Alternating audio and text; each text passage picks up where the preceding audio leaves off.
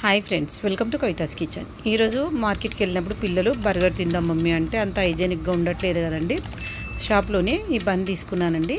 వీటినే మనం ఇంట్లో బర్గర్లా చేసుకోవచ్చు. చూసిన విధంగా మధ్యలోకి హాఫ్గా కట్ చేసేసి అందులోకి మనం నెయ్యి కానీ బటర్ కానీ పెట్టేసేసుకొని మనం పెనం పైన ఫ్రై చేసుకోవాలండి. ఇంట్లో ఏ కర్రీ ఉన్నా, చికెన్ అయినా కీమా కర్రీ అయినా ఏదైనా పెట్టుకోవచ్చు. మధ్యలో చూపిస్తున్న విధంగా పెనం పైన వాటిని ఫ్రైలా చేసుకున్న ఆయిల్ ఉన్నా సరే, బటర్ అయినా సరే అండి, ఏదైనా పెట్టేసుకొని మనం ఇందాక చూపించిన కర్రీని బ్రెడ్కి మధ్యలో పెట్టేసి మళ్ళీ ఇలా పెనం పైన పెట్టి కొద్దిసేపు బటర్ కానీ నెయ్యిని కానీ అప్లై చేసేసి ఒక 5 మినిట్స్ అలా ఉంచేసి ప్లేట్లోకి తీసేసుకొని సర్వ్ చేసుకోవచ్చు అండి. పిల్లలు మటుకు చాలా ఇష్టంగా తిన్నారండి వీటిని. మీకు కనుక వీలైతే పిల్లలు చేసి పెట్టండి. Thanks for watching Kavitha's kitchen. Thank you. Subscribe చేయడం మర్చిపోకండి. Thank you.